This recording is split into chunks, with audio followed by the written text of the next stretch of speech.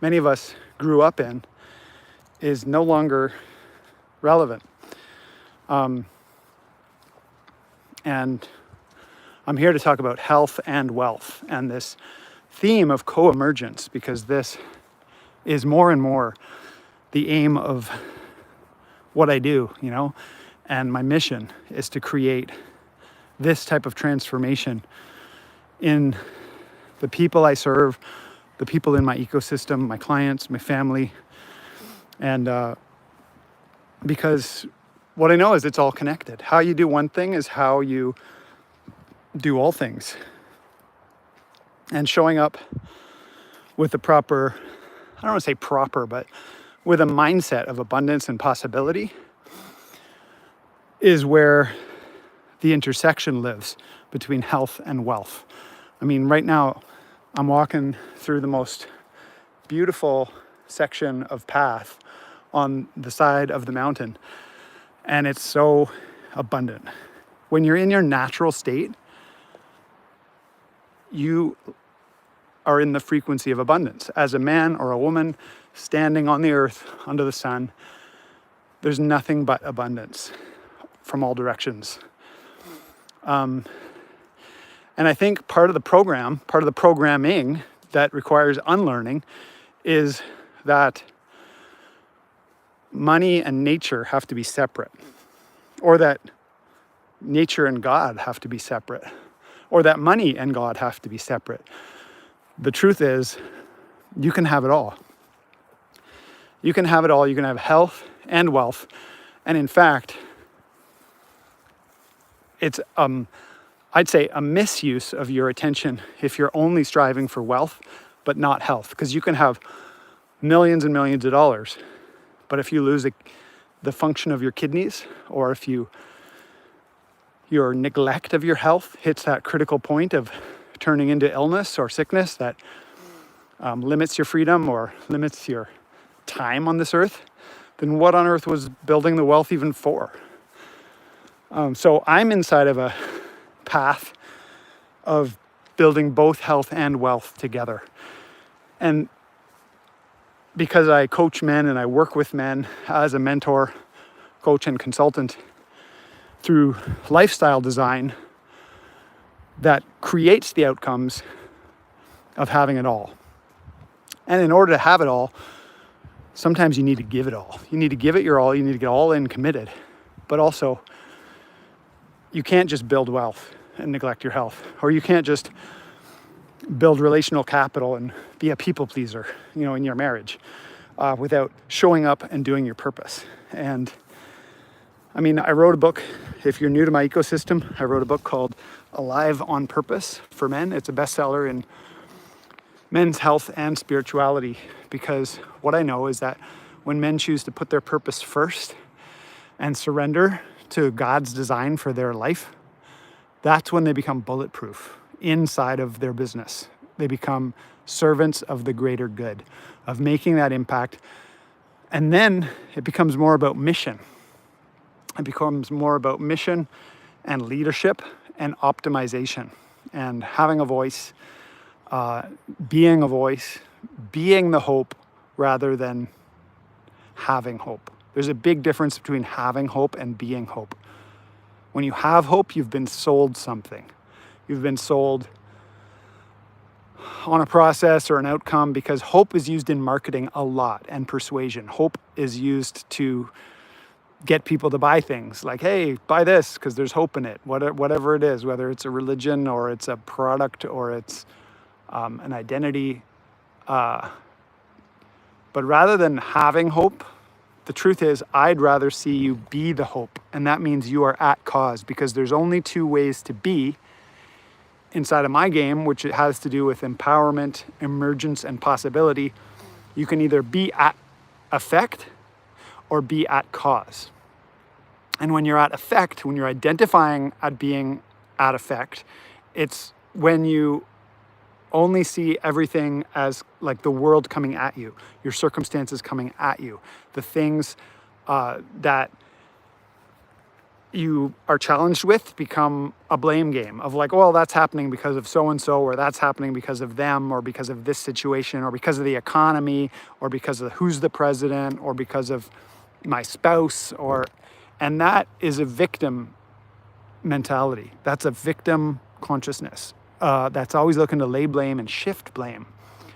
When you're at cause, this is the opposite. You are the cause. You're the cause, and you're taking extreme ownership for your outcomes. You're taking extreme ownership for what's yours. And I mean, I talk into the embodiment of men a lot. So for us, the axis of being at cause comes from backbone, heart, and balls. That's what I call the trinity, the masculine trinity of alignment. And this vertical axis of empowerment has to do with owning all of it. I read the other day that there was an ancient Hebrew practice from the old world where, you know how people swear on something? They'll swear on a Bible. The Lakota will swear on their peace pipes, their chanupas. But in the ancient days, Hebrew men would swear by holding their balls. Like they would grab their balls and go. Like that the saying, grab your balls and go, is about commitment, because that's where your power is. As an embodied man, your power of procreation and the seed of prosperity and posterity in your life is connected to your balls. And for women, it's the womb and the balls. And these are the parts that keep us unique. Men and women have all these differences, and the modern world is aiming to make us forget that. And there's a lot of confusion. There's a lot of confusion right now between men and women. And I think that's by design. So stepping into your birthright as a creator, as a man, as a woman on the earth, and stepping into purpose and prosperity, creating health and wealth by the natural design, is disruptive. You're going to disrupt things when you start telling the truth. But that's part of being a leader. Because one of the characteristics of leadership is that when you speak, upsets people. It upsets who are not ready to open it. So the funny thing about leadership is that when you tell the truth and you lead with the frame of truth fearlessly, even if it's raw, when it's real, half the people will cancel you. And the other half will love you and they'll want your help. I did this, 2 years ago. I made a really up about the state of men and women in the world, and it was called Boss Girls and Nice Guys, because I myself am a recovering nice guy. I don't know if you've heard the term nice guy syndrome. It's about chronic people pleasing, and chronic people pleasing in a way that disempowers, and it's in therapy speak. It's called codependency. It was the reason why I went through the divorce in my first marriage. Now I've been married happily for 14 years because I got that lesson.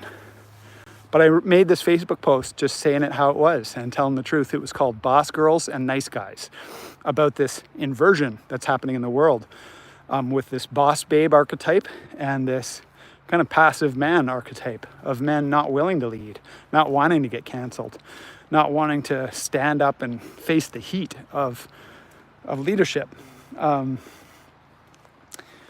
So the outcome of making this raw and real post where I cited and sourced a lot of my own mentors and a lot of trainings and teachings and wisdom lineages is half the people in my comment thread, and this post went viral, half the people in my comment thread were triggered. They weren't ready to hear that. And they were like, oh, I don't know about that. And there was a lot of heat coming at me.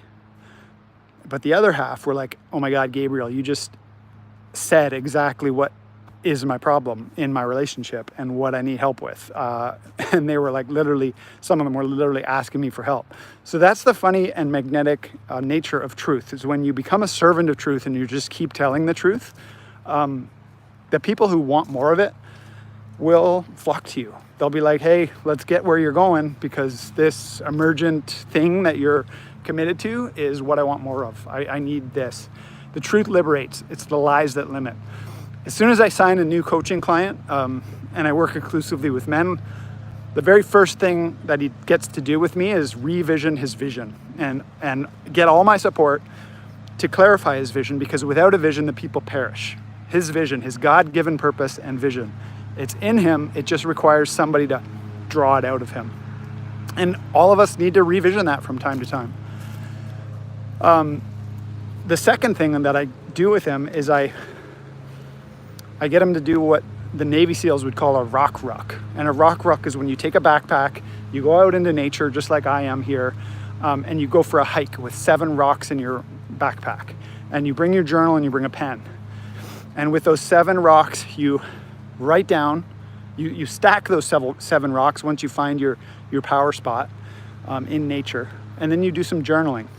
Stacking up those 7 rocks, you got to name those 7 rocks after the 7 lies that you've been carrying around your whole life. And naming is an act of power, to be able to say what it is in your own words. I don't know what your lies are. Like, your lies are different than my lies. Everyone has different lies. Look, this is one of my favorite spots, moss. Where there's moss, there's magic. So then they come back to me and we look at the 7 lies that have been holding them back their whole life.